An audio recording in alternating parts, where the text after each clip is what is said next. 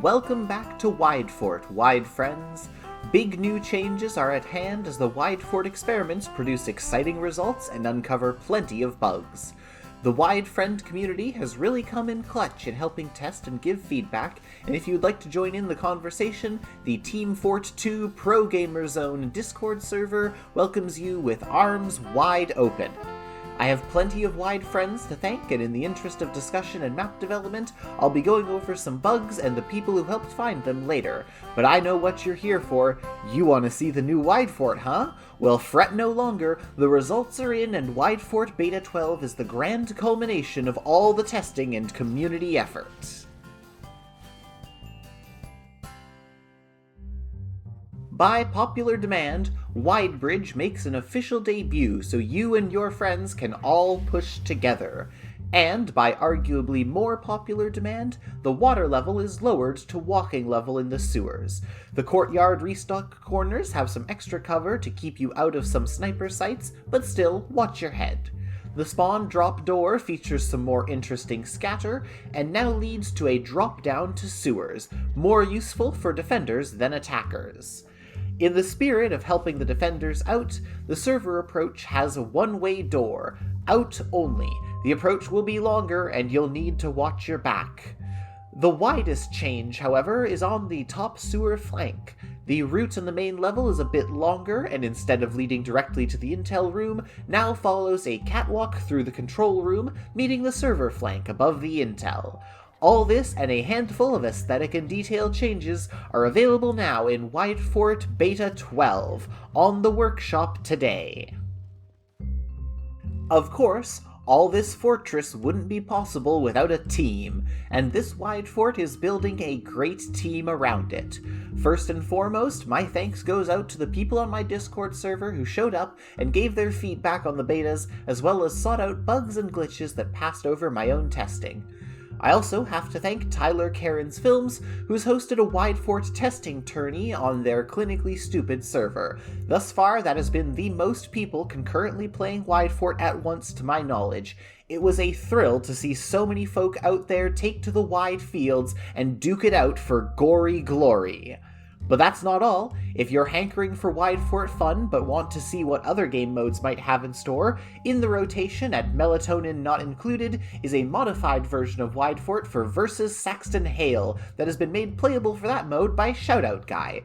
And finally, I want to personally give a shout out to ST Gamer Dude, who has taken up the widening mantle and begun applying the ethos of Widefort to another infamous CTF beast, and has begun producing Improved Turbine.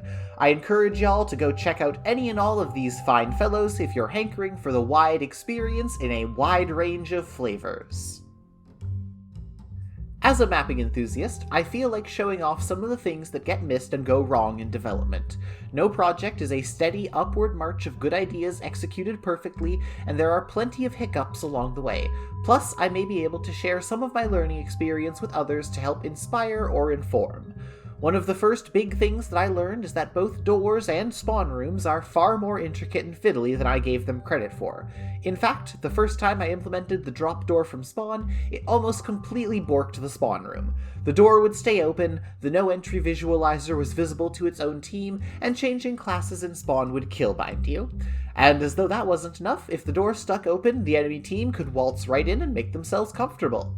I realized that in carving the door, I had also accidentally carved and broken the respawn room triggers, and ended up having to replace them. There were also plenty of strange clipping edges that people could get up to and stand on, and those were easy enough to fix with some better aligned clipping brushes. Speaking of clipping, I also learned a lot about the interactions between clipping and prop physics, and had a few parts of my map where projectiles would pass through certain props. I had used the props as terrain and blocked them off with clipping brushes to save on V physics, and this is when I learned that those clipping brushes would need to be accompanied by a block bullets brush. Another funny corner that needed fixing was a cheeky little out-of-bounds spot that engineers could build in, easily patched with a no-build trigger.